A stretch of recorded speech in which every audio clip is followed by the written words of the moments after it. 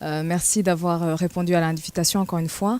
Bienvenue à ce webinaire où nous allons parler des perspectives actuelles, de l'état actuel et des perspectives futures de la politique industrielle en Afrique centrale particulièrement. Comme vous le savez, de nombreux pays sur le continent et dans la région ont amorcé ou ont fait l'ébauche de politiques de développement industriel et voient davantage le développement de la capacité industrielle comme étant une des voies, sinon la voie privilégiée pour accélérer la transformation structurelle des économies dans la région et sur le continent. Malheureusement, quelquefois, ces politiques industrielles qui sont élaborées et mises en œuvre n'ont pas toujours les effets escomptés. Donc aujourd'hui, l'objectif de cette discussion, c'est vraiment c'est un échange, ce sont des discussions qui auront pour objectif de partager un peu les bonnes pratiques en ce qui concerne la mise en œuvre, l'élaboration, la mise en œuvre et le suivi et évaluation des politiques industrielles avec pour objectif de s'assurer qu'elles jouent le rôle qu'on leur assigne après tout. Ces discussions ne sont pas faites seulement à titre informatif, comme le directeur l'a expliqué. Chaque année, le bureau sous-régional organise le comité intergouvernemental d'experts issus des 10 pays de l'Afrique centrale.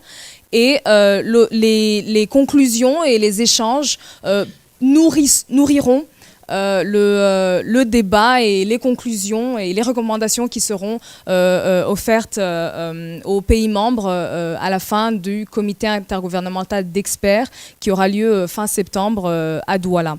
Alors, nous sommes ici avec trois experts. Monsieur Paulin Mendo, qui est chef de cellule des analyses conjoncturelles au ministère de l'économie, de la planification et de l'aménagement du territoire. Merci beaucoup d'être venu. Nous sommes avec professeur François Colin Koua, qui est un économiste basé à l'université de Yaoundé et qui a une expérience extensive en ce qui concerne les politiques industrielles. Merci à vous. Et monsieur Guitoui Mundoug, qui est économiste ici, à la Commission économique des Nations Unies pour l'Afrique, bureau sous-régional pour l'Afrique centrale. Merci à vous. La session sera modérée donc par moi-même, Novella Nipigizé. Et encore une fois, merci beaucoup d'être venus. Vous êtes des professionnels qui travaillent de près ou de loin dans des secteurs liés aux discussions aujourd'hui. Votre contribution sera plus qu'appréciée. On aura un moment d'échange où vous pourrez donner vos questions, vos commentaires sur les échanges qu'on aura ici. Et pour ceux qui sont un peu plus high-tech, on vous invite à partager commentaires, questions, contributions quelconques sur les réseaux sociaux. Le hashtag est Afrique centrale ou hashtag CIE 2017. Or in English, hashtag ICE 2017 or hashtag Central Africa. On aura le temps un peu plus tard de voir un peu les ressentis du côté des médias sociaux si nécessaire.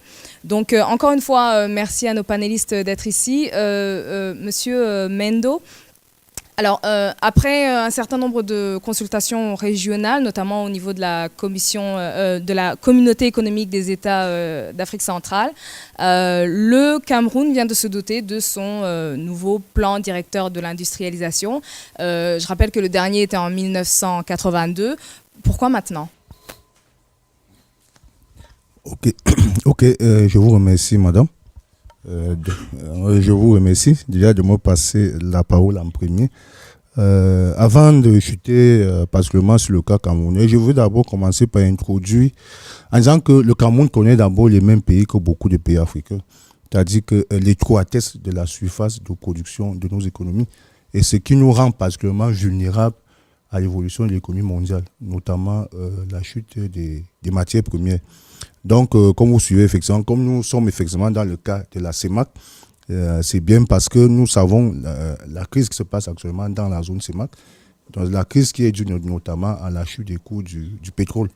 Cette crise déjà qui a conduit notamment la quasi-totalité des États de la CEMAC à adopter, à recourir au programme du Fonds monétaire international. Déjà, le Cameroun et le Gabon en ont signé pour eux il y a à peu près une semaine. Donc, Donc c'est pour vous dire déjà l'urgence même des questions d'industrialisation. Et aussi, vous savez également, notre pays a également ratifié l'accord de partenariat économique. Donc, et aussi, nous allons perdre quand même des ressources qui étaient issues de la douane, c'est-à-dire que les ressources de port pour nous concentrer vers l'économie. Donc, d'où la nécessité de penser vraiment à accélérer notre processus de transformation industrielle. C'est-à-dire qu'il est vraiment question d'accélérer le processus de transformation sur notre économie. Donc, c'est ainsi que, partant déjà du premier plan pour l'industrialisation qui avait été élaboré en 82, qui a été validé en 89, malheureusement qui n'avait pas été mise en œuvre à cause de la grave crise à l'époque. Contrairement donc, à ce plan qui voulait accélérer encore la production des matières premières brutes, au vu des raisons que je vous ai données, et en plus de notre stratégie pour la croissance de l'emploi que nous avons adopté en 2010, le document, le DSE, il est donc vraiment question de trouver les moyens pour accélérer la marche de notre économie vers l'émergence. L'objectif du Cameroun, c'est d'atteindre l'émergence à l'horizon 2035. Donc, le nouveau plan directeur industriel qui a été présenté par le gouvernement le 15 mars 2017, c'est-à-dire cette année, met donc l'accent sur la transformation des matières premières. C'est-à-dire qu'il faut augmenter la valeur ajoutée dans notre économie. Et cela, ça nous permet vraiment d'avoir une meilleure insertion dans la chaîne de valeur mondiale. Parce que quand vous vendez les matières premières brutes, en fait, c'est votre richesse que vous envoyez. Si je prends certains produits, c'est ce qu'on appelle en économie le coefficient multiplicatif. C'est-à-dire que la valeur de la matière première au produit transformé. C'est-à-dire que si la matière première a une valeur unitaire, le produit transformé, il faut multiplier ça par 50. Donc, ça veut dire que c'est là-bas où la richesse se transforme. Si je prends par exemple un tube de cacao, c'est lorsque nous vendons notre cacao brut, ça nous fait perdre énormément de l'argent. Et vous, comme je l'ai dit, c'était d'abord la chute des coûts du pétrole. Maintenant, c'est la chute des coûts du cacao également. La Côte d'Ivoire, qui est le premier producteur, a déjà réduit son budget de pratiquement d'au moins 10%. Et surtout, quand j'ai parlé aussi tantôt de vulnérabilité, parce que quand vous exportez une matière première, vous êtes vulnérable. Si vous observez la courbe des produits du cacao transformés, cette courbe est pratiquement en hausse. Donc, ça veut dire que les produits transformés sont assez robustes. Mais par contre, les matières, le coût du cacao ont chuté d'au moins pratiquement il y a 40% depuis pratiquement un an ou 2 ans. Donc, c'est pour vous redire encore l'importance et la nécessité que notre pays a à s'industrialiser. Donc, le PDI, donc, effectivement, qui met l'accent sur la transformation, a identifié un certain nombre de secteurs. C'est-à-dire, parmi lesquels on peut quand même citer l'agro-industrie, parce que nous produisons beaucoup les matières, c'est-à-dire des produits de rente, c'est-à-dire le cacao, le café, le coton, le bois, ainsi de suite. Donc, la transformation à ce niveau, donc l'agro-industrie. Il y a l'énergie, parce que sans énergie, vous ne pouvez pas vous industrialiser, parce qu'il faut l'énergie pour pouvoir faire tourner les industries. Et heureusement, les grands projets qui ont été adoptés dans le DS, que ce soit les grands projets de première génération ou de deuxième génération, ont effectivement accordé une importance à la production énergétique, c'est-à-dire les barrages, mais également même la restructuration du secteur énergétique pour que ce secteur soit très efficace avec la création de la Sonatrach, comme vous le savez. Donc l'objectif quand même, c'est dans ce PDI, c'est de porter la part du secteur industriel dans le PIB de 13% à 24%. Pardon, j'estime qu'on a encore fait. Puis à partir de 24%, vous pouvez donc vous taguer d'être quand même un pays émergent, c'est-à-dire en voie d'émergence, tout au moins. Puisque de plus en plus, on parle également des pays pré-émergents, c'est-à-dire qui sont vraiment en train d'amorcer leur émergence. Donc, peut-être que je pourrais encore revenir. Donc, c'est dans ce cadre que vous suivez toutes les actions qui sont engagées par le gouvernement, les unités de production qui sont ouvertes. Vous avez suivi, par exemple, en Balmayo, le FAPAM, c'est-à-dire à Kekem, pour transformer le cacao, parce qu'il y a une question. Et nous soutenons également avec les privés, notamment la Cacao, qui est en train d'étendre son unité de transformation du cacao. Le but étant de passer on soit à peu près à 35 000 tonnes à 50 000 tonnes d'ici pour pouvoir augmenter la part du cacao transformé. Donc voilà vraiment de prime abord ce que je peux vous dire sur le projet. Merci beaucoup. Et ce qui est particulier, ce qui n'est pas particulier d'ailleurs, c'est que cette expérience du Cameroun est aussi partagée par la majorité des pays, je dirais, des pays africains. Ce qui est particulier par contre, c'est que au niveau mondial, du moins, les pays, disons, développés s'orientent vers une économie post-industrielle. C'est-à-dire qu'ils vont au-delà de construire les industries et davantage vers l'économie numérique, vers l'économie basée sur le savoir, etc. Monsieur Mundung, comment est-ce qu'on peut, c'est-à-dire, comment est-ce qu'on peut positionner l'importance et le rôle du développement industriel au niveau de nos pays africains et aussi dans l'optique un peu d'accélérer peut-être l'intégration régionale en Afrique centrale? Alors, c'est vrai qu'effectivement, nos pays n'ont pas les mêmes préoccupations que les pays développés en matière d'exigence en matière de développement industriel. Hein. Donc, le constat du Cameroun est valable pour tous les pays, d'autres pays d'Afrique centrale et la majorité des pays du continent africain. C'est que des politiques ont été conçues par le passé, dans les années 60-70, les politiques d'import-substitution. Dans les années 80, les politiques d'ajustement structurel, mais elles n'ont pas porté les fruits escomptés. Donc, il importe de tirer les enseignements de tous ces échecs-là pour concevoir des politiques qui soient mieux structurées et adaptées aux besoins, à la vision de chacun des pays. Dans le cadre particulier des pays d'Afrique centrale que nous couvrons, la question est simple.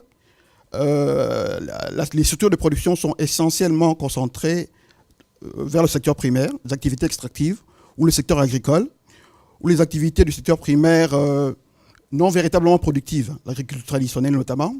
Et l'idée, c'est d'impulser cette transformation structurelle en privilégiant des secteurs à haute valeur ajoutée dans l'industrie manufacturière et les services modernes notamment. Et pour ce faire, il n'y a pas de miracle. Il faut concevoir une politique industrielle qui soit efficace, performance, transformatrice, comme pour reprendre les propos de la CEA. Et à ce titre, il faut régler toutes les problématiques liées au goulot d'étranglement, de ce point de vue-là. Du point de vue notamment des infrastructures en matière de transport, d'énergie, comme l'a dit monsieur Mendo tout à l'heure, de technologie d'information et de la communication, de créer les conditions favorables pour pouvoir améliorer les résultats déjà obtenus du point de vue notamment de l'industrialisation, notamment au niveau du secteur manufacturier. On a vu qu'il y a des dynamiques, mais qui sont encore insuffisantes. Hein. Dans le cas, par exemple, du pays d'Afrique centrale comme le Gabon, ou le Cameroun, ou encore le Tchad, que nous avons examiné dans le cadre des profils pays, qui sont produits par les bureaux sous-régionaux de la CEA depuis quelques années, on a pu constater que des efforts ont été faits. Au Gabon notamment, on a vu que des efforts ont été faits en matière de transformation au niveau du premier et deuxième niveau de transformation. Il y a encore un saut qualitatif à faire pour aller à des stades plus poussés, permettant d'obtenir des acquis en termes de productivité, entre autres. Et la question de l'intégration régionale, pour faire le lien, intervient de ce point de vue-là, hein, parce qu'elle permettrait de régler un certain nombre de problématiques. La problématique des marchés étroits, la possibilité d'accéder à des marchés plus larges, de bénéficier notamment des avantages en termes d'exonération douanière, de pouvoir profiter également d'une dynamique en termes de population jeune et des perspectives en termes de demande en produits de consommation. La possibilité également de bénéficier d'un environnement qui est moins exigeant en termes de normes et de standards de qualité de produits que les marchés internationaux. Donc la possibilité d'expérimenter l'exportation de produits élaborés et de manière à se créer les conditions, les capacités nécessaires pour pouvoir explorer les marchés internationaux à terme. Alors, vous touchez notamment sur le problème des infrastructures et le problème du cadre, disons, favorable à davantage d'échanges. Professeur Nkoa, souvent on parle de développement industriel et concomitamment on parle de l'intégration régionale. Comment est-ce qu'on peut s'assurer ou comment créer des conditions favorables pour que développement industriel au niveau national et régional puisse au moins ne pas entraver le développement de l'intégration régionale ou éventuellement l'accélérer? Merci de me passer la parole. Est-ce que le développement industriel et l'intégration régionale seraient donc antinomiques, antagonistes? Je ne le pense pas. Je ne le pense pas parce que lorsqu'on regarde les statistiques du commerce intracommunautaire, et en prenant la précaution d'abord de relever que les statistiques, les appareils statistiques nationaux ne sont pas très au point et qu'on ne capte pas toujours toute la réalité du commerce entre ces pays. Mais ce qui ressort, c'est que le commerce intra-régional, par exemple en Afrique centrale, est beaucoup plus diversifié, le commerce intra-régional, que le commerce sud-nord. C'est-à-dire que si vous prenez un pays comme le Cameroun, le Gabon, le Congo, lorsque vous analysez les flux commerciaux à destination des pays du nord, vous allez voir qu'on exporte là-bas du pétrole brut, des grumes, etc., etc. Des choses qui ne sont pas transformées. Mais lorsque on regarde les statistiques du commerce interne à la région, on va se rendre compte que ces produits-là sont beaucoup plus diversifiés. Ça montre quoi? Qu'il y a le potentiel, il est là. Bon, maintenant, qu'est-ce qui peut arriver? Il peut arriver tout simplement que l'idéal d'intégration régionale s'oppose souvent aux politiques nationales. Et donc, si des pays ont mis en place des industries qui sont similaires, et nous connaissons tous la capacité de certains acteurs, c'est-à-dire là, on fait une analyse en termes d'économie politique de la région. Bien évidemment que si une industrie nationale est menacée, même si c'est par des importations qui viennent d'un pays voisin, les capacités, j'ai failli dire de nuisance de ces acteurs-là vont faire, ou les capacités de pression vont faire en sorte qu'il y ait tentative de freiner cela. Mais tout naturellement, le développement industriel et l'intégration régionale ne sont pas opposés. Au contraire, parce que il faut dire qu'en économie, nous, on met l'accent souvent, surtout dans la théorie du commerce international, sur la différenciation des produits. Je prends un exemple. Le Cameroun produit du cacao, bon, le Gabon très peu, la Guinée équatoriale très peu aussi, mais il pourrait aussi développer la culture du cacao. Il n'est pas exclu que l'industrie chocolatière soit développée au Cameroun, en Guinée équatoriale et au Gabon. Parce que le chocolat, excusez-moi pour ceux qui connaissent l'environnement local, le chocolat, la barre de chocolat Mambo que Chococam produit ici n'est pas forcément aux yeux des consommateurs la même barre que produira en Guinée équatoriale, je ne sais pas, une industrie et quelqu'un qui s'établirait. Même seulement par le design. Donc la différenciation du produit est également un moteur du commerce international. Dans le jargon spécialisé, on parle de commerce intra-branche. Si vous prenez le cas des pays plus développés, nous ne le sommes malheureusement pas. Vous voyez bien qu'en France, vous avez Peugeot, vous avez Renault, etc. Ils exportent bien, ces entreprises exportent bien leurs véhicules en Allemagne, qui elle-même dispose de grands constructeurs automobiles. Donc le fait qu'on dispose des mêmes industries ne constitue pas un obstacle au commerce. Ce qui peut constituer un obstacle au commerce, c'est un certain nombre de fragilités et de conditions d'économie politique interne à la sous-région et qui n'est qu'un révélateur d'un certain nombre de faiblesses de ces structures industrielles. Oui, mais vous avez parlé d'un élément assez important, c'est le fait qu'il y a quand même à un certain moment un lobbying, ou du moins on peut appeler ça une protection des industries naissantes par le gouvernement.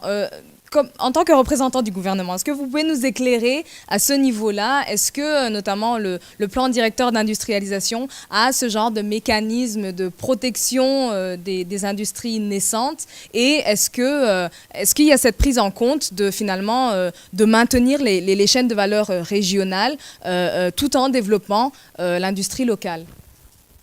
Ok, merci madame. Je voudrais quand même signaler que au Cameroun, l'importance est plutôt mise sur la compétitivité. Parce que nous savons que nous sommes en train d'aller dans une économie vraiment de plus en plus mondialisée. J'ai parlé par exemple les APO tout à l'heure. Donc ça veut dire que nous allons nous ouvrir à l'industrie européenne. Donc que de penser toujours à protéger, mais il faut plutôt mettre les moyens pour rendre nos industries compétitives. C'est pour ça qu'il y a beaucoup d'actions qui sont engagées dans ce sens, notamment la mise à niveau des entreprises. Vous savez, donc, et aussi, il y a la création de la norme, de normes éclairées, pour que nous puissions produire, pour que nos industries puissent être compétitives en produisant aux normes du marché, aux normes internationales. Donc, évidemment, c'est vrai qu'il y a quand même des mesures Bon, vous avez, j'ai dit tout à l'heure que le gouvernement apporte des appuis, notamment à plusieurs privés, c'est-à-dire en termes d'unités de transformation du cacao, ceci, le riz, tout ça. Mais ce n'est vraiment pas, ce n'est vraiment plus la priorité dans le contexte actuel. On est dans un contexte de compétitivité. Et c'est sur ça que le gouvernement joue un peu plus. Oui, il y a un contexte de compétitivité, bien sûr, mais il y a aussi souvent les politiques de développement industriel ont cette approche de développer les industries locales pour qu'il y ait une substitution à l'importation. C'est quand même, bon, ce n'est pas du protectionnisme, mais, ou du moins pas dans le sens négatif, mais quand même, ça limite, entre guillemets, la compétitivité. Oui, effectivement. Vous savez, madame, vous savez, la concurrence même, la concurrence, en fait, c'est un moyen. C'est pas une fin en soi. Déjà que les pays les plus industrialisés, les plus développés, c'est également les pays les plus protecteurs, il faut le dire. Vous savez ce qui se passe aux États-Unis avec le président Trump qui est arrivé, qui dit que non, vraiment, il faut que les produits chinois. Donc, comme je le disais tantôt, il y a un certain nombre de mesures qui visent à faciliter l'ISI, c'est-à-dire l'import subvention, notamment à travers les produits que nous pouvons produire localement. C'est pour ça que j'ai parlé tout à l'heure de l'agro-industrie. C'est-à-dire qu'il n'est pas normal qu'on continue à importer du riz de Chine, par exemple. Donc c'est pas normal. Donc, il y a des mesures qui, quand même, sont prises un peu pour promouvoir la production locale. On avait, par exemple, interdit l'importation des poulets par le passé. Et on a vu les effets. Ça a permis d'avoir plus de poulets sur le marché qu'avant. Donc, pour dire qu'il y a effet. Non, le PD a également prévu ça. Mais c'est vraiment pas le grand objectif qu'il faut à tout prix protéger. Non, on ne protège pas pour protéger. On protège pour atteindre l'objectif d'industrialiser le pays. Aussi, le fait que vous ayez une nouvelle politique industrielle, ça veut aussi dire que celle qui était là avait sûrement quelques lacunes. Et je pense particulièrement au niveau de la mise en œuvre. Peut-être professeur Ankoa peut nous éclairer davantage dessus. Quels sont peut-être... on est au niveau du partage des bonnes pratiques. Est-ce qu'il y a des bonnes pratiques en termes de mise en œuvre des politiques industrielles, que ce soit au niveau peut-être du cadre institutionnel, du cadre légal, du cadre fiscal, qui ont permis, notamment en dehors du Cameroun, même en dehors de la région, peut-être sur le continent, qui ont permis d'avoir des politiques industrielles efficaces? Merci une fois de plus, madame. Je voudrais d'abord dire que lorsqu'on parle, en tant qu'économiste, lorsqu'on parle de politique industrielle, il faut d'abord... j'ai envie de dire planter le décor. On parle de quelle politique industrielle? Généralement, on en distingue deux variantes. Il y a les politiques industrielles fonctionnelles, c'est-à-dire neutres. On améliore le climat des affaires, on construit les infrastructures, etc., etc. Ça, c'est des politiques industrielles qui ne favorisent aucun secteur particulier, mais qui mettent en place des conditions permettant le développement de l'activité productive de manière harmonieuse et pour rendre l'économie plus compétitive. Ça, c'est un volet de la politique industrielle. Mais il y a un autre volet de la politique industrielle qui est moins large, plus étroite, c'est les politiques industrielles dites verticales ou sélectives. Et généralement, c'est là où les problèmes commencent, notamment en Afrique. Parce que qui dit sélection dit qu'il faut faire un choix. Et qui dit choix, je reviens toujours sur l'économie politique. Les explications en termes d'économie politique, notamment dans l'environnement africain, je crois, sont très importantes. Parce que mon ami M. Mendo est du MINPAD, j'entends parler de politique de promotion des champions nationaux. Il a parlé de l'usine de Mbalmayo. Bon, j'encourage cela, mais je dis qu'il faut faire très attention. J'espère que ce sont de vrais champions nationaux qui sont choisis. Parce qu'on sait que dans le contexte, pas seulement africain, les activités de recherche de rente sont extrêmement élevées. Donc, les meilleures pratiques dont vous évoquez et qui ont été mis en œuvre en Asie, comment ont-elles agi? C'est des soutiens actifs avec redevabilité des entreprises qui sont bénéficiaires des mesures de l'État. Vous voulez qu'on vous aide, vous voulez qu'on vous protège, on exige en retour de vous autre chose. Vous voulez qu'on vous aide, il faut que dans 2 ans, vous ayez atteint une capacité d'exportation, par exemple. Il faudrait que vous ayez atteint un certain niveau de compétitivité. Il faudrait. Mais on ne donne pas des soutiens comme ça, sans rien demander en retour, parce que sinon, on tombe dans la paresse, entre guillemets, des entreprises qui ne font plus rien et qui bénéficient d'une protection et se développent sans essayer de faire aucun effort. Donc je crois que si bonne pratique il y a, c'est la pratique qui consiste à soutenir des entreprises, mais en demandant en leur demandant en retour un certain nombre d'exigences. Ça, c'est la première chose. La deuxième chose, c'est que la politique industrielle doit être dynamique. Si, comme il l'a dit, on a choisi au Cameroun de soutenir l'agro-industrie, j'imagine un certain pan, certaines industries agroalimentaires particulières, à un moment donné, on peut se rendre compte que dans ce secteur particulier, il y a des problèmes. Moi, je ne sais pas. Bon, je veux bien, il a dit, il est inadmissible qu'on importe du riz. Oui, mais sauf que il faut toujours, je réévoque les explications en termes d'économie politique. Si vous avez un dirigeant qui est là et que les gens meurent de faim, vous aurez beaucoup de mal à le convaincre de ne pas libéraliser ou de faire importer du riz alors que les gens ont faim. Il va le faire parce que lui, il a certainement des objectifs de moyen long terme pour le développement, mais il a aussi des objectifs à très court terme qui font que s'il veut être élu ou pour autre chose, s'il veut la paix sociale, il doit prendre des mesures qui fassent en sorte qu'il ait la paix. Donc, il faut que les politiques industrielles s'adaptent au contexte. Si à un moment on s'est rendu compte qu'on est en train de prendre un mauvais chemin, il faut très vite changer. Il faut ajuster, il faut prendre une autre direction. Ça veut dire que lorsqu'on a un outil important comme le PDI, c'est pas un outil qui est là pour, bon, on l'a construit, ça va, tout le monde, on va dormir. Non, il faut évaluer, il faut suivre et, si nécessaire, adapter par rapport aux différents changements qui peuvent intervenir sur le plan national ou bien sur le plan international. Dans le même ordre d'idée, je crois que la CEA a suffisamment réfléchi sur la nécessité de concevoir des politiques industrielles qui soient les plus efficaces possibles. Je vous renvoie au rapport économique sur l'Afrique, l'édition 2013-2014. Fort des expériences réussies dans les pays asiatiques notamment, un certain nombre de prérequis ont été identifiés. Dans le cadre de la conception de la politique industrielle, la nécessité que l'élaboration, la mise en œuvre, le suivi et l'évaluation soit un processus inclusif qui implique non seulement les pouvoirs publics, mais également le secteur privé et les institutions de recherche notamment. Autre préalable et non des moindres, c'est que la politique industrielle doit s'inscrire dans les cadres des plans nationaux de développement. Que tous les ministères sectoriels concernés soient impliqués, comme je le disais, dans l'élaboration, la mise en œuvre, le suivi, la leçon de ces politiques industrielles. Parce que la politique industrielle, comme on l'a dit, ne concerne pas que le ministère des Industries strictement. Elle implique le ministère des Infrastructures, le ministère de l'Éducation nationale pour les questions de qualification, le ministère de la Recherche scientifique pour les questions de maîtrise technologique. Donc, autant de préalables qui ont été bien mis en œuvre, enfin bien identifiés par la CEA dans le cadre de ces publications. Donc, et particulièrement en ce qui concerne l'éducation.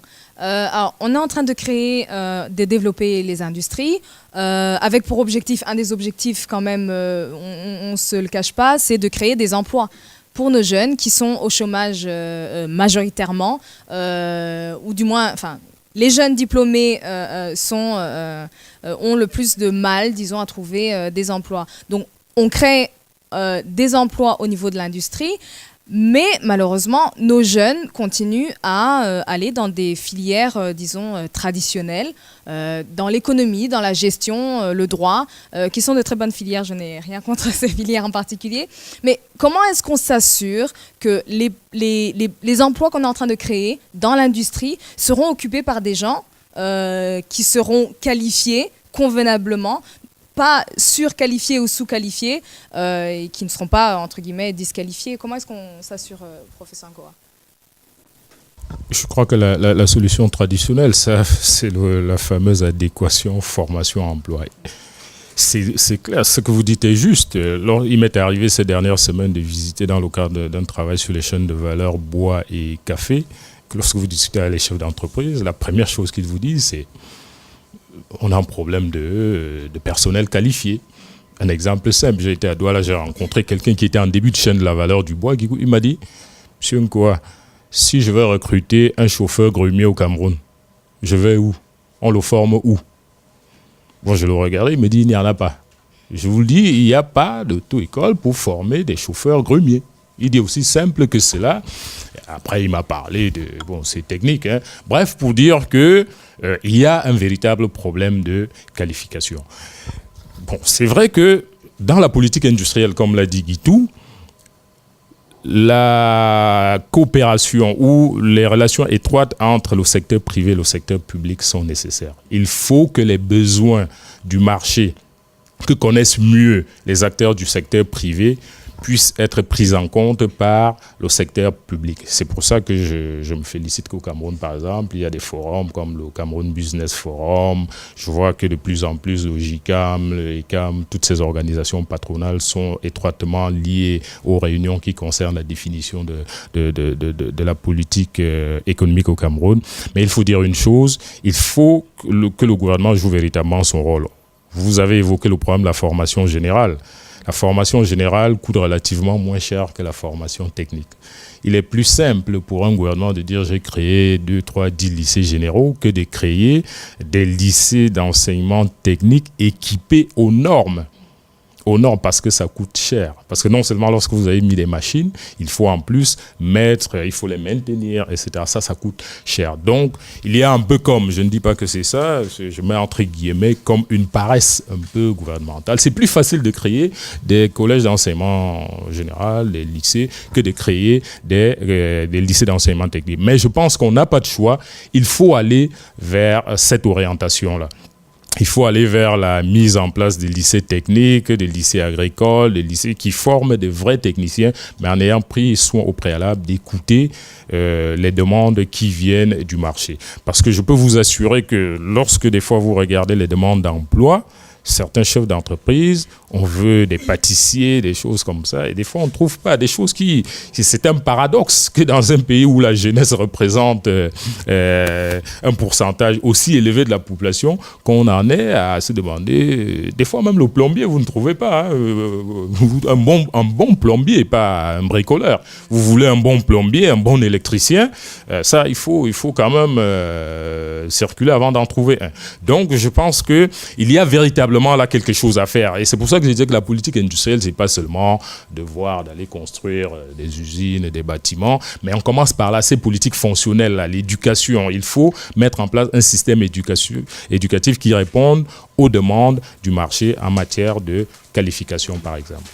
Je pense, M. Mendo, qu'il y a 2 ou 3 points sur lesquels vous voulez donner des explications, et en particulier en ce qui concerne bien sûr la formation, mais aussi l'intégration, disons, des différentes parties prenantes, le secteur privé, l'académie, etc., dans l'élaboration et dans la mise en œuvre, éventuellement plus tard le suivi évaluation, mais surtout au niveau de l'élaboration et de la mise en œuvre de ces politiques industrielles. Oui, une fois de plus, merci madame. Je voudrais effectivement dire que l'approche qui a été adoptée pour élaborer le PDI, c'est une approche inclusive. C'est-à-dire que nous avons, comme le COSOM l'a si rappelé, de plus en plus, vous savez, le partenariat public-privé est vraiment très avancé au Cameroun. Pratiquement tous les forats, le Cameroun Business Forum. Donc nous associons systématiquement les secteurs privés à toute conception de politique économique actuellement, puisque moi-même je sais ce que ça, puisque je suis l'état du ministère de l'économie, donc je le fais pratiquement chaque jour. Donc sur ce plan, c'est déjà assuré. Et aussi les rencontres spécifiques permanentes entre le secteur privé et le secteur public. Vous avez la direction et les impôts qui rencontrent les professionnels, c'est-à-dire au Dadouala, le GICAM, chaque fois, tel le ministère de l'Industrie également. Donc là, vraiment, c'est une réalité. Mais je voudrais quand même nuancer un peu ce que le professeur a dit tout à l'heure. Effectivement, il y a encore beaucoup à faire en termes de professionnalisation des enseignements. Mais quand même, sachant que beaucoup d'actions sont engagées parce que la professionnalisation des enseignements, c'est une priorité actuelle du gouvernement pour accompagner cette industrie. Notamment, il y a d'abord même les grands projets qui sont en construction. Au départ, avec quand même un déficit de techniciens camerounais, d'ouvriers. Mais à travers les séances, à travers la formation continue, parce qu'il faut savoir que au moins 80% du personnel dans les industries, c'est plus la formation continue. Parce que la formation initiale, c'est vraiment jusqu'au niveau BPC. Par exemple, c'est vrai qu'on a besoin des ingénieurs, mais la grande masse, c'est d'abord les ouvriers qualifiés. Et généralement, c'est niveau BPC, CAP. Et ceux-là sont énormément formés par les formations connues. Et le ministère le MINEFOP, ministère de l'Emploi et de la formation professionnelle, a créé beaucoup de centres de formation professionnelle. C'est vrai que la sensibilisation, ce n'est pas encore trop ça, mais que ce soit à Douala, je connais pratiquement au chantier naval, pour avoir les spécialistes en chaudronnerie, les chaudronniers, on était obligé de les importer d'Indonésie, d'Angola, mais le MINEFOP, le ministère de l'Emploi, avait réagi, le gouvernement, on a créé, c'est-à-dire plusieurs centres de formation professionnelle en chaudronnerie, et actuellement les Camerounais sont déjà utilisés de ce côté. Et pour encore aller plus loin, je veux dire, dans l'enseignement supérieur, l'un des programmes du ministère de l'enseignement supérieur qui est appliqué par les universités, c'est le nombre de diplômés des filières professionnelles. C'est-à-dire que ce soit technicien supérieur, master professionnel formé.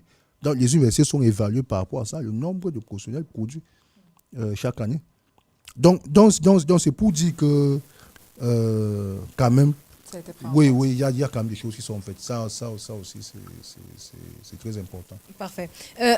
Un dernier point avant qu'on ouvre éventuellement à d'autres questions additionnelles. On essaie de, disons, renforcer les capacités de nos industries. Mais on est aussi dans un monde qui évolue, qui bouge. Donc il faudrait éviter de juste renflouer les industries qui sont déjà là et qui vont faire, vous en avez parlé tout à l'heure, qui vont faire la même chose et qui vont un peu dormir sur leur laurier. Est-ce qu'il y a, et particulièrement au niveau de la CEA, est-ce qu'il y a des dispositions, des choses à faire pour que ce développement industriel prenne en compte l'innovation, prenne en compte les nouvelles technologies qui sont accessibles pour pouvoir avancer en même temps que les autres et non pas juste rattraper ce qu'on n'aurait pas fait ou qu'on aurait dû faire le siècle passé. Oui, donc je ferai le lien avec ce qui a été dit tout à l'heure sur l'éducation. Les deux sont liés, hein. Tout ce qui est innovation, technologie, éducation, c'est des domaines qui sont connexes. Effectivement, il faut renforcer les capacités, investir dans l'éducation, notamment dans les matières scientifiques, techniques, tout ce qui est mathématiques, entre autres. Je voudrais juste rappeler que cet effort de renforcement des capacités ne doit pas seulement relever du secteur public. Le secteur privé est également associé. Hein. Les investisseurs étrangers, les firmes multinationales qui investissent peuvent, dans le cadre des politiques de développement local, dans le cadre politique axé sur le contenu local, hein, s'engager dans la formation de la main-d'œuvre locale, si tant est que les gouvernements les incitent ou les contraignent, je dirais plutôt les incitent, parce que les contraindre, ce serait peut-être les décourager à aller dans ce sens-là. Donc, c'est pour dire que la question de renforcement des capacités ne doit pas seulement relever des pouvoirs publics. Pour revenir à la question de l'innovation, c'est une question d'autant plus importante que, comme je l'ai dit tantôt, on a pu remarquer qu'il y a encore un problème du point de vue de la capacité des pays à effectuer ce saut qualitatif-là. Passer de la transformation primaire à des processus de transformation élaborés. Et ceci exige nécessairement une certaine maîtrise technologique qui peut s'acquérir de plusieurs manières. Hein.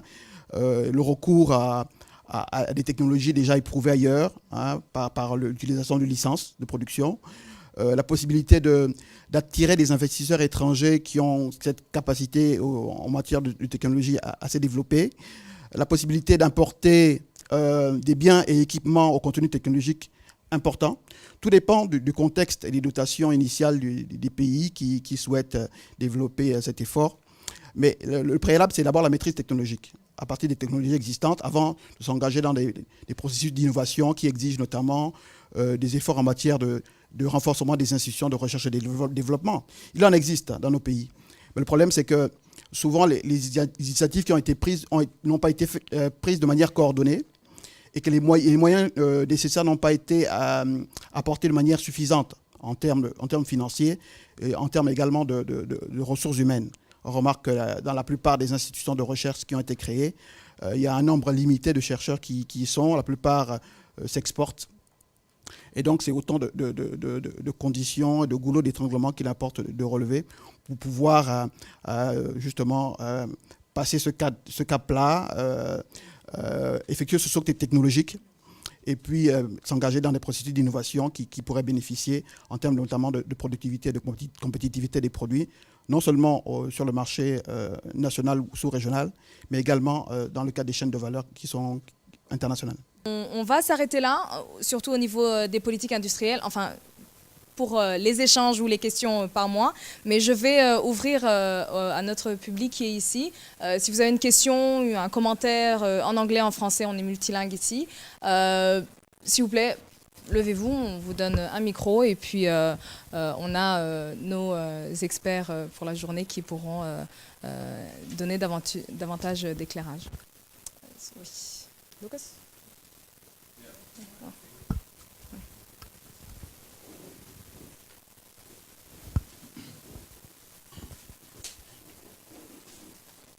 Oui, bonjour, merci de me passer la parole. Plusieurs réflexions et questions que je vais apporter à nos experts, c'est que si on parle de transformation structurelle et de l'industrie, de l'agro-industrie, ça sous-tend au préalable qu'on a déjà fait des recherches, des développements, etc. Et on voit bien que le continent souffre, je veux dire, cruellement de recherche, d'innovation, de recherche scientifique. Il suffit de regarder dans la sous-région, il n'y a pas de centre de recherche scientifique qui pourrait déboucher sur une innovation qui pourrait donner de l'industrialisation, etc. Si je prends l'exemple du Gabon, le Gabon s'est vu voler le brevet de l'iboga, qui a fait de l'ibogaïne, qui a traité un certain nombre qui a permis d'enrichir un certain nombre de pharmaciens des États-Unis. Donc, en amont, et on l'a un peu évoqué, il y a ce côté de l'éducation, de la formation. Et si on n'arrive pas à innover, si on n'arrive pas à inventer d'autres choses, on va se faire damier le pion par d'autres industries. Par le continent, par l'Europe, etc. Donc la première des choses, c'est, à mon sens, qu'est-ce qu'il faut faire pour avoir de l'innovation qui vienne de l'Afrique ou de la sous-région. Donc qu'est-ce qu'il faut faire? On a dit qu'il y avait un problème de synergie entre le privé et le public, mais c'est un problème, je veux dire, récurrent. On en parle depuis des années et rien ne se passe. Donc on pourra peut-être donner rendez-vous dans 10 ans ici, on verra que rien n'est sorti. Ça, c'est la première des choses. La deuxième, on l'a un petit peu esquissé, c'est qu'on a parlé des industries classiques conventionnelles. Mais je vous rappelle qu'on est dans un monde qui évolue. On parle d'aujourd'hui d'une industrie 4.0. J'en ai pas entendu parler. C'est-à-dire que demain, il y a des nouvelles formes de consommation. D'ici à 2020, le continent en Afrique va à peu près générer 400 milliards de dollars de consommation. C'est-à-dire que les Africains vont consommer 400 milliards de consommation dans différents domaines. Quand on sait que 30%, 70% pardon, des Africains ont moins de 30 ans, on voit tout de suite que c'est une génération connectée, donc qui va demander également de la consommation différente. Donc ce que je veux dire par là, c'est que dans cette nouvelle révolution industrielle, cette transformation digitale qui va impacter je veux dire, le mode de créer des usines, de penser de consommation, quel rôle vous mettez par rapport à tout cela pour éviter, comme il a été dit, de tomber sur des travers conventionnels? On va tomber sur des chemins un petit peu moins prolixes. On va se dire, on va améliorer cet aspect-là. Mais je crois qu'aujourd'hui, il ne faut pas améliorer, il faut innover. Pourquoi? Parce que la valeur ajoutée dans l'innovation, c'est ça qui fera demain qu'on va accroître la richesse, le PIB, etc. derrière. Et malheureusement, je crois qu'on n'en a pas assez pris conscience et que nos politiciens, pour en revenir à ce que vous disiez, n'en ont pas pris conscience et qu'on va se faire de nouveau damer le pion. Et je terminerai en prenant un seul exemple. Lorsque les télécommunications ont commencé en Afrique il y a 30 ans, je veux dire, on a commencé, toutes les agences de régulation, les ministères des communications se sont fait damer le pion par des sociétés étrangères. Ils ont acheté des licences à moindre coût, etc. Et on s'aperçoit que c'est devenu une économie de rente pour ces entreprises extérieures. Alors aujourd'hui, c'est moins vrai parce que dans les us et les coutumes, on a évolué, les mentalités, etc. Donc, je veux dire par là, ce qui s'est passé dans les télécommunications 20 ou 30 ans, où on s'est fait damier le pion, ça risque de continuer aujourd'hui si les politiciens et les privés ne prennent pas dans leurs mains leur propre destin. Et je crains que c'est le grand défi de la transformation structurelle, mettre l'économie digitale au centre. On va parler davantage d'innovation, notamment avec l'inclusion du secteur privé, mais on pourra y répondre peut-être, professeur. On va prendre toutes les questions et puis on répondra. Il y a une question sur la recherche et développement, je pense que vous pourrez nous éclairer sur ça, et sur les industries 4.0 où vous nous répondrez. Et on prend une autre question avant. Merci. Moi, c'est Babi Sakana. Je suis consultant basé ici au Cameroun. Et je voulais insister plutôt sur l'aspect politique que le professeur a mis en avant. Est-ce que vous croyez vraiment, c'est-à-dire là, je voudrais que vous soyez effectivement clair dessus, est-ce que vous voyez clairement au niveau de la sous-région un engagement politique clair en matière d'industrialisation? C'est bon de généraliser en disant politique d'environnement. Bon, on fait les politiques d'environnement pour tous les secteurs. Ce n'est pas seulement pour le secteur manufacturier. Il concerne que ce soit l'agriculture, on a besoin des techniciens, on a besoin des ingénieurs. Donc tous les secteurs ont besoin des professionnels. Vous voyez, y compris mathématiciens, tout ça. Mais qu'est-ce qui peut faire la distinction? Pourquoi on ronronne en matière industrielle? Est-ce qu'il y a, de votre point de vue, à l'heure actuelle, une visibilité claire au plan politique sur le positionnement de la politique industrielle? On parle au Cameroun de PDI qu'on a présenté en 2016, en mars, mais quand on regarde l'orientation budgétaire 2018, le PDI n'y figure pas. Vous savez qu'en 1988, on avait adopté le PDI en 89. Dès que les passes sont venus, on a abandonné. Bon, aujourd'hui, vous adoptez encore un PDI en 2006 et vous signez un nouveau programme en 2017. Est-ce que ce PDI, lui, va survivre? Vous voyez donc vraiment la question, c'est le professeur parlait à chaque fois de la dimension politique, elle est très importante. Il n'y a pas d'industrie sans volonté politique forte. Parce que l'industrie, c'est comme la défense. Et pour les gens qui connaissent bien ce qu'on appelle l'industrie manufacturière, ça ne se fait pas sans une force politique claire. Et de ce point de vue, est-ce que vous pouvez nous donner des éléments pour qu'on voit s'il y a une inflexion ou un saut? Parce que le saut ne viendra que si le saut politique est d'abord là. Merci beaucoup, Monsieur Babi Sakana, qui demande comment être sûr que cette fois-ci, c'est la bonne, après tout. C'est une question sur la volonté politique. Je pense que vous nous éclairez. Éventuellement, professeur Nkoa pourra vous aider. Une autre question avant qu'on passe à la réponse?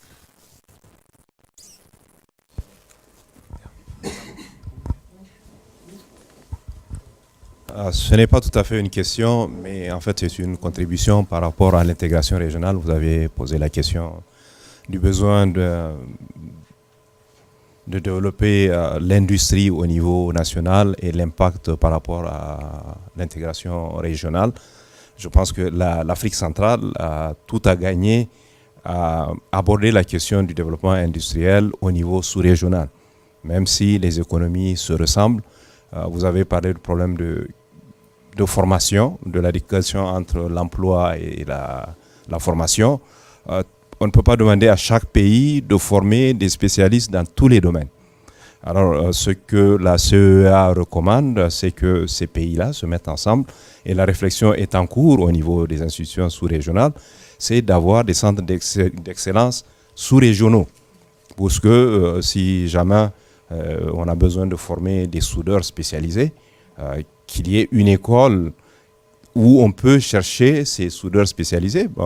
J'ai pris part à un forum au Gabon où ils disent qu'ils ont besoin de ces soudeurs-là au niveau des raffineries. Ils savent que ces soudeurs sont disponibles au Cameroun, mais l'état de l'intégration régionale ne leur permet pas, la libre circulation des personnes ne leur permet pas de faire venir ces Camerounais qui savent qu'ils vont leur coûter moins cher. Il leur est plus facile d'aller chercher ces spécialistes-là en Italie. Donc l'effet sur l'intégration régionale est très, très, très important. Et c'est le lieu dans ce domaine également de militer pour que l'Afrique centrale se lance vraiment dans l'intégration régionale où nous sommes très, très en retard par rapport aux autres sous-régions. Merci beaucoup de rappeler que l'intégration régionale et disons, le développement industriel, ça va dans les deux sens, en fait. Merci beaucoup Novella. Pour moi, c'est juste un complément d'information par rapport à l'intervenant et revenir sur ce que les autres ont dit. Je pense que fondamentalement et de manière foncière, c'est plutôt la volonté politique qui doit être là. Parce que quand je vois le processus d'un programme dénommé PETU, les pôles d'excellence technologique et universitaire, qui est piloté par la CEAC, l'UNESCO, avec des financements qui étaient déjà disponibles de la Banque africaine de développement, mais où le projet traîne sur plusieurs années, alors que chacun des pays de la CEAC devait piloter un secteur précis. Et je pense qu'il faut vraiment revenir sur cette question de volonté politique, parce que je pense que c'est là où le bas blesse et c'est là où il faut faire des efforts. Sinon, comme un des intervenants l'a dit, même dans 10 ans, dans 20 ans, on sera à la même case. Merci. Merci beaucoup. Let me bring a different language in this conversation. First, a comment. I think we need to move beyond a conversation only on political will, and then talk of collective will and commitment. This because for us to be able to break this cycle, we need to talk about collective will. What's the responsibility of other partners? Earlier you were talking about partnerships and so on. To which extent these partners, the private sector, can influence the politicians, as it were, to making the right kinds of changes. So moving from political will to collective will and commitment, and what it takes in terms of steps. I would like to hear from the panelists a little bit of that. And also, I mean, a point which Mr. Babusakana made is this event is about breaking the vicious circle. So what are your comments about how can we break this vicious circle? We don't want a conversation which is not results-oriented, action-oriented, and changing the narrative on the ground. That's one of the things which I wanted to comment on.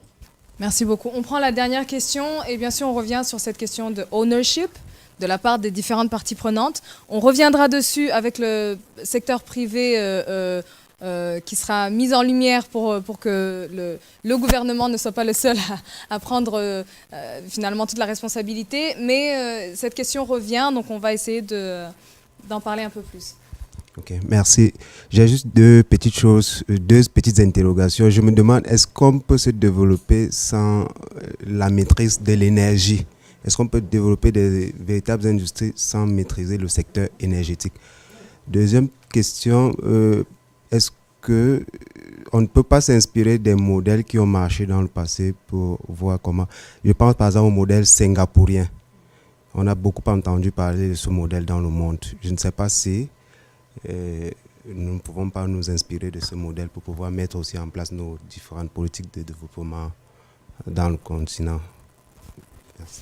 Merci beaucoup. Je pense qu'on va avoir quelques réponses. Il y a une question qui revient sur l'énergie. Vous en aviez parlé un peu plus tôt. Peut-être élaborer un peu plus dessus avec la question sur la volonté politique. Et puis, professeur Nkoa reviendra aussi notamment sur le modèle singapourien. Vous aviez parlé des modèles d'Asie et en pratique, qu'est-ce qu'on peut prendre finalement de l'expérience de Singapour? Ok, merci madame, une fois de plus. Je tiens déjà à remarquer que c'est plus des contributions quand même que des questions. C'est-à-dire que je remercie déjà nos collègues pour leur contribution. Donc je vais apporter des précisions sur un certain nombre de points que j'estime pertinents. Je vais répondre vraiment de façon, par thème, c'est-à-dire par problème posé. Je vais commencer par exemple par l'énergie, c'est-à-dire le dernier collègue, où effectivement, on ne peut pas se développer sans énergie, notamment la moyenne tension et la haute tension. Si vous n'avez vraiment pas d'énergie notable, c'est-à-dire que la moyenne tension, vous ne pouvez pas produire. Ça c'est clair. C'est-à-dire que le déficit énergétique nous a fait perdre beaucoup de points du PIB pendant les années d'avant 2010. Et déjà même que ce n'est pas encore comblé. Vous savez un peu ce qui se passe. Donc, on est tout à fait d'accord. Bon, maintenant le deuxième point qui semble vraiment nous préoccuper plus, le problème de volonté politique. Bon, je vais dire essentiellement 2 points, c'est-à-dire moi, personnellement, je pense que ce n'est pas parce que vous avez un enfant en terminale qui a échoué une fois que vous allez dire qu'il va encore échouer la deuxième fois. Non, moi, je ne pense pas. Franchement, moi, le problème s'est posé, mais on ne peut pas c'est-à-dire partir comme hypothèse que ça ne va pas marcher. Ça, moi, personnellement, en tant que technicien, moi, je suis optimiste. Moi, je me dis que si nos dirigeants eux-mêmes ont posé des bases d'une certaine politique, c'est que je prends pour hypothèse qu'ils estiment que cette fois-ci, ils vont changer, que ça va marcher. Moi, je pense. Je pense qu'être optimiste, c'est bien sûr nécessaire, mais je pense que la question revenait aussi sur quels ont été les garde-fous finalement qui ont été pris dans cette nouvelle politique, dans ce nouveau plan directeur d'industrialisation pour éviter les échecs du passé. Oui, d'accord, oui, madame, ça me conduit un peu à la deuxième partie. Moi, je pense que le discours que nous devons tenir, je pense que nous ici, nous sommes tous sincères, le discours que nous devons tenir aux politiques, c'est qu'en fait, ils n'ont pas le choix. Parce que vous ne pouvez pas vous développer sans études. J'ai cité tout à l'heure le contexte de crise où on se trouve. Mais si vous ne transformez pas, vos économies ne peuvent pas évoluer. Il faut leur dire ça. En fait, ce n'est pas une histoire de dire que est-ce que vous avez la volonté politique. Nous sommes condamnés à le faire. C'est ça le problème. Et on doit donc voir comment on doit. Et c'est ce que nous devons dire à nous, et c'est ce que nous les techniciens devons dire aux politiques, qui n'ont pas le choix. Parce que quand on s'assoit, on dit toujours que est-ce qu'il y aura la volonté pour... C'est toujours comme si c'est comme parfois on est en train de dire qu'ils ont le choix. Ils vont leur dire qu'ils n'ont pas le choix. C'est la voie, ils doivent le faire. Il faut s'industrialiser. Et un corollaire de cette question de volonté politique, c'était aussi de savoir est-ce qu'il y a finalement coordination au niveau de la région, parce qu'on parle du développement industriel dans le contexte de l'Afrique centrale en tant que région. Est-ce qu'il y a des consultations, est-ce que vous prenez en compte, disons en priorité, qu'est-ce que cela va faire sur notre intégration régionale? Oui, effectivement, une fois de plus, vous savez, l'Afrique, l'une des faiblesses de l'Afrique, vous savez, vraiment, on le sait, c'est son émiettement économique. C'est-à-dire que c'est tellement émietté. Vous savez, pour commercer, pour que le Cameroun n'arrive pas à commercer, par exemple, avec la aide l'Angola, on commerce tout simplement avec la France. Donc, c'est toujours, je dis, c'est le message qu'on devrait vous dire à nos dirigeants que non. Nous n'avons pas le choix. Nous devons s'intégrer. Il faut l'intégration régionale. Parce que l'intégration régionale, déjà, ça assure la complémentarité des économies. Les économies d'échelle. Ce n'est pas pour rien que le FMI a par exemple, anticipé le ralentissement de la croissance dans la zone euro et en Grande-Bretagne à cause du Brexit. Pourquoi? Parce que lorsque l'Angleterre se retire des autres, avec ces industries qui sont complémentaires, il y a nécessairement, c'est-à-dire une distorsion qui s'installe. Donc, nos économies sont totalement interdépendantes. Donc, s'il n'y a pas, c'est-à-dire que ce processus d'intégration qui accompagne nos politiques industrielles dans chaque pays, évidemment, ces politiques industrielles auront forcément des limites. Donc, une fois, nous devons dire à nos dirigeants que c'est encore une fois obligé. C'est pas, il n'y a pas de choix, ils doivent le faire. Professeur Nkoa, peut-être vous pouvez complémenter un peu là-dessus, notamment sur la volonté politique et surtout sur les synergies qui sont nécessaires pour que ces projets, ces plans, ces documents soient mis en œuvre et mis en application de manière efficace. Ok, merci. Je voudrais d'abord commencer par faire une petite précision. Les mots ont sens. Quand j'ai dit les facteurs d'économie politique, je ne dis pas volonté politique. Du moins, dans mon esprit, ce n'est pas la même chose. Lorsqu'en économie, on parle de facteurs d'économie politique, on parle des rapports de force entre les différents agents. Que ce soit les agents publics, les agents privés, qu'on peut d'ailleurs diviser en agents privés nationaux, agents privés étrangers, etc. Généralement, dans un pays ou dans une sous-région, on a toute cette multitude d'acteurs avec des objectifs différents qu'il n'est pas toujours facile de concilier pour regarder vers un même objectif. Et donc, lorsque il y a un groupe puissant et qu'il y a une mesure qui menace les intérêts d'un groupe puissant, ce groupe va tout mettre en œuvre pour contrecarrer cette action-là. On l'a souvent vu dans beaucoup de mesures. Lorsque, vous vous rappelez, il y a 2 ans, on a dit au Gabon, le président est venu dire libre circulation des personnes dès je ne sais pas moi, il avait dit dans 2 mois. Vous avez vu, il a dû faire un rétro-pédalage. Ça, c'est une manifestation classique des phénomènes d'économie politique, c'est-à-dire que beaucoup de gens ayant des intérêts bien précis lui ont fait comprendre que ça ne pouvait pas marcher comme ça. Et malgré la parole qu'il avait donnée, il a été obligé de se rétracter un tout petit peu. Ça, c'est ce que La volonté politique, par contre, c'est la volonté d'un leader de conduire son pays. Ça manque un peu, mais je pense aussi que beaucoup en ont. Maintenant, la question de volonté politique et volonté collective, je crois que le directeur fait bien de le dire. Moi, je pense, la solution que moi je propose ici, c'est que l'intégration en Afrique centrale sera fondée, sera durable, sera robuste lorsqu'on aura accru l'interdépendance économique justement entre les agences économiques à la base. Et je crois que ce qu'on est en train de faire en ce moment, tous ces grands programmes routiers là, qui interconnectent le Gabon, le Congo, avec le Cameroun et le Tchad, c'est très important. Lorsque ces mêmes agences économiques, donc, ayant des opportunités de faire des affaires au Congo à partir du Cameroun, au Gabon à partir de RDC, auront suffisamment des intérêts dans toute la sous-région, ces mêmes personnes-là, par leur capacité d'influence, vont aller dans les parlements, vont aller voir les dirigeants pour impulser cette intégration-là. Mais en ce moment, si vous voyez, le sentiment d'indépendance économique est un peu trop grand en Afrique centrale. Bon, parce que le Gabon peut dire, de toute façon, même si je dis que les Camerounais n'entrent pas sur mon territoire, où le problème, si je ne peux pas importer des bâtons de manioc là-bas, je vais importer du riz de Chine. Bon, ça va aller. Est-ce que vous voyez? Donc, ça fait que ce sentiment un peu d'indépendance économique qui est réel, notamment à cause des revenus pétroliers, parce qu'on peut le dire, on peut bomber le torse quand on a des revenus pétroliers. Bon, on peut importer... Bon, je pense aussi que la conjoncture actuelle va faire prendre conscience de ce que les revenus pétroliers ne sont pas là éternellement. Donc voilà ce que je voulais. L'interdépendance économique, c'est important. Donc commencer par la base, la construction des infrastructures, essayer de mettre en relation les différents agences économiques. Et c'est lorsque ces gens-là, par leur contact quotidien, vont monter les affaires entre eux, vont multiplier le commerce intra-régional. Je pense que presque, j'ai envie de dire presque mécaniquement, ceux qui sont les dirigeants politiques seront presque amenés véritablement à aller aussi dans ce sens-là. Premièrement aussi parce que les agents économiques, en se mettant ensemble, les interactions vont faire en sorte que peut-être les Camerounais découvrent encore mieux davantage les Équato-Guinéens, les Gabonais, etc., etc. Donc voilà ce que j'allais dire. Je termine en disant aussi que la politique industrielle, comme on a dit, et M. Babi Sakana l'a souligné, je l'ai dit un peu au début. Moi, je suis un peu réservé lorsqu'on parle de politique industrielle comme politique du secteur manufacturier. Je pense que dans nos pays africains, il faut prendre la politique industrielle au sens large.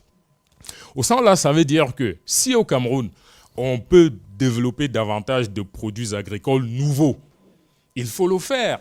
Parce que justement, l'une des faiblesses de nos économies, c'est cette sorte d'inertie dans la sphère productive. On produit les mêmes choses depuis trop longtemps sans trop bouger. Il faut prendre un exemple. Il y a 10 ans, la Côte d'Ivoire a choisi de développer la noix de cajou. Et en 10 ans, la Côte d'Ivoire est devenue premier producteur mondial. En Afrique centrale, on ne voit pas ça.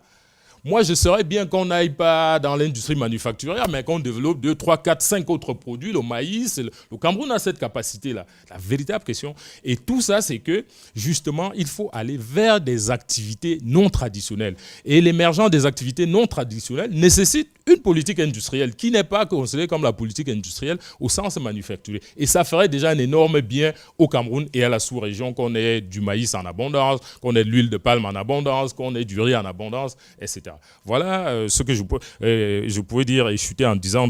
Pour cela, il a parlé de capacités collectives. Les capacités collectives, il faut renforcer les capacités de production. Et chacun a sa partition à jouer. L'État doit renforcer les capacités administratives. On doit avoir un appareil d'État avec des fonctionnaires compétents qui soient en mesure de faire jouer à l'État son rôle de facilitateur. On a besoin d'un État stratège qui facilite, qui ne bloque pas.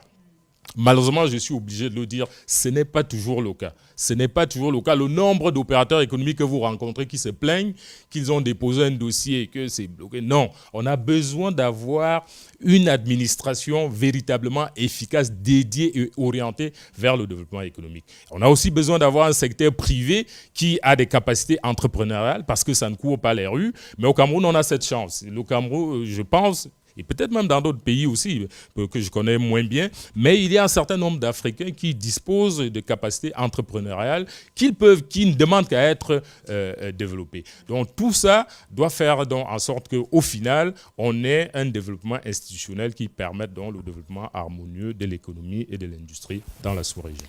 Parfait. Peut-être un dernier point sur nos industries 4.0 ? Oui, donc je pense que pour revenir à ce que mon collègue Laurent a dit, le problème n'est pas que les pays n'ont pas fait d'efforts en matière de recherche et développement, notamment développement d'institutions centrées sur les questions d'innovation. Des efforts ont été faits, des institutions de recherche et développement ont été créées, des ministères même ont été créés au plan sectoriel, chargés de la recherche et développement. Le seul problème, c'est que les moyens n'ont pas été déployés pour pouvoir rendre ces structures opérationnel et efficace. Vous vous souviendrez que dans le cadre du plan d'action de Lagos, en 1980, il avait été préconisé qu'au moins 1% du produit intérieur brut soit consacré aux questions de recherche et développement. On est loin du compte concernant ces pays-là. Donc il y a eu un problème au niveau de la fameuse volonté politique, de ce point de vue-là, un problème au niveau de la coordination des actions qui ont été menées. Et donc, c'est à ce niveau-là qu'il faudra régler toutes ces questions-là pour pouvoir bénéficier notamment des technologies qui sont à la pointe aujourd'hui. Pour revenir sur la question de la volonté politique, est-ce qu'on peut penser qu'elle n'existe pas quand les chefs d'État de la CEAC se réunissent, de la CEMAC se réunissent et disent que désormais, il faut privilégier les diversifications économiques?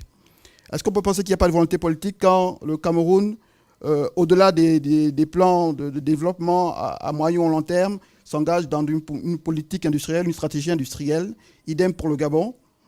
Je pense que l'idée, c'est de concrétiser toutes ces mesures qui ont été prises. Qu'est-ce qui manque pour que ce soit concrétisé? Mais certains pays ont pris des plans d'action, certains pays ont pris des mesures ciblées.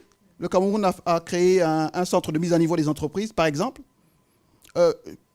Autant de mesures qu'il faut aller au-delà des intentions, au-delà des stratégies, au-delà des politiques, et adopter des plans d'action, identifier les secteurs moteurs, les secteurs porteurs, maîtriser les chaînes de valeur dans ces secteurs porteurs et identifier les niches dans lesquelles les pays peuvent s'insérer pour pouvoir compétir au niveau sous-régional d'abord et puis au niveau international ensuite. Un dernier mot sur la technologie pour quiconque voudrait intervenir. Nos industries 4.0 ne verront donc pas le jour?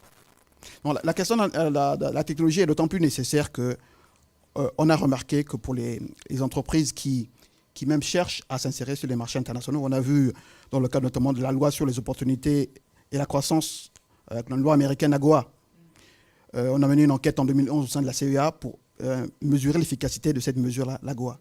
Il est ressorti des enquêtes menées auprès des entreprises qu'il y a un problème de capacité de production, de maîtrise de la technologie nécessaire pour pouvoir produire des articles qui puissent respecter les normes et les standards de qualité exigés au niveau international, au niveau américain notamment. Et la question fondamentale de la technologie, de la maîtrise technologique est d'autant plus nécessaire, non seulement pour les produits qui sont à exporter, à vendre sur les marchés internationaux, et même au niveau intérieur. Dans le cas du Gabon, notamment, ou dans le cadre encore du Tchad, on a vu que l'essentiel dans le secteur de l'élevage, l'essentiel de la production est centré sur la production de viande, alors qu'il y a des opportunités au niveau du cuir, au niveau des produits dérivés, entre autres. Et donc là, il y a ce saut qualitatif, ce saut technologique qu'il importe d'effectuer grâce à la maîtrise de la technologie nécessaire disponible ailleurs. Un dernier mot, oui. Je voulais dire juste sur la technologie. Je pense qu'au niveau de la technologie, il y a eu récemment ici à Yaoundé un forum sur l'économie numérique. Moi, j'ai eu l'occasion de visiter des stands. J'ai vu des choses que des jeunes Camerounais font qui étaient extraordinaires. Ça veut dire que les compétences existent au niveau de ces jeunes-là. Il y a véritablement des compétences qui existent. Je pense que ce qu'il faut, c'est que comment faire pour capitaliser cette ressource-là.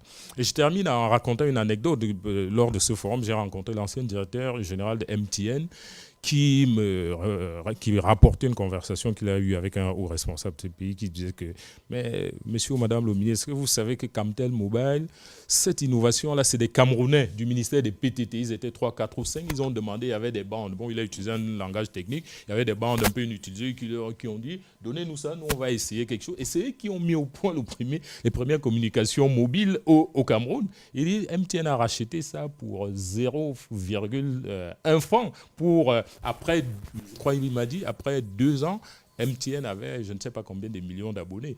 Une vision stratégique aurait été là, que ça aurait été une entreprise publique qui allait se développer à la place d'une entreprise multinationale. En clair, tirer avantage du potentiel. Des ressources du potentiel qui est là. Plutôt que de créer d'autres choses ou d'essayer de les importer d'ailleurs. Merci beaucoup pour toutes vos interventions, vos commentaires, vos réponses. Je pense qu'on n'a plus de questions. Merci à tous d'être venus. Merci Monsieur Mendo pour avoir pris le temps. Merci aussi Professeur Nkoa pour votre éclairage et merci Monsieur Mundoug pour tous vos éléments de réponse et notamment qui nous ont dirigés vers certains ouvrages de la CEA qui, je suis sûre, seront lus et relus pour avoir davantage d'informations. Merci à vous tous qui avez participé, à vos contributions, commentaires, questions et réponses quelquefois. La discussion ne s'arrête pas là. Comme je l'ai dit, ce sont des discussions qui servent de discussion préliminaire au comité intergouvernemental d'experts et on espère que la conversation va continuer formellement, informellement sur les réseaux sociaux et en fin septembre à Douala, à la CIE, si vous y êtes. Merci beaucoup pour tous. Je ne vous chasse pas, parce que ce n'est pas mon bureau après tout, mais s'il vous plaît, continuez les discussions informellement. Il y a une pause café qui a été préparée pour tous et au plaisir de vous revoir. Merci à tous.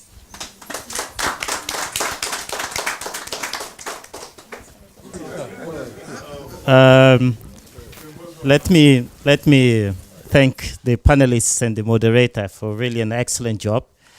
The questions, as I said, are precursor to what we hope will happen in Douala. There is no perfect answer because this is a very, very complex issue. I mean, the references to the political economy are very, very well spot on because the countries that have succeeded in pushing the industrial policy forward were the ones who managed to understand the political economy in their respective constituencies, bring all the parties together towards the same goal. So we talk about the embedded state. The embedded state is one that at the same time exercises its power, but equally harnesses the power of the networks, of all the stakeholders that are interested in this particular agenda. So we also say at ECA that to move from visions to actions, we really have to invest more into the next steps. What kind of strategies are the more adequate for the particular context? What are the institutions that we have to build with a view to implementing those strategies? I mean, your point about flexible policies, it's not, cast in iron or whatever, in stone, but it's one that has to look at different changes in the environment. For example, now, as you know, we have Trump. A reference to Trump was made, and Trump is pushing industrial policy. So what kind of policy and fiscal space can we as Africans explore? Because now it's the headmaster in the US that is pushing some of the things that are at the core of our policy. For example, the EU has moved from a policy where Africa was just basically the supply of raw materials to one where they want to create more jobs in Africa because of the migrant crisis. They don't want more of our daughters and sons going on the boats across Italy to their shores. They need to create jobs here. And this, of course, has created opportunities to engage in political industrial policy in Africa. Merkel has developed the compact with Africa, which is all about that. So we will continue these discussions in the IRIC to explore the regional integration aspects about this. I mean, some of it was already touched today. So invite you again to go to IRIC on the 6th, where we will continue the discussions this time around with the students and hopefully with other stakeholders. Now, on behalf of ECA, I would like to invite you for a very quick post-cafe. And thank you very much for all of your contributions. Thank you for coming. Look forward to seeing you again. Thank you.